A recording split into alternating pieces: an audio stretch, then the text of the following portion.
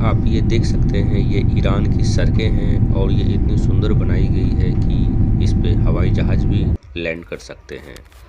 Israel और America की आंखों में धूल झोंकने के लिए वहाँ के सैनिक जो है यहाँ फाइटर जेट्स की पेंटिंग बनाते हुए,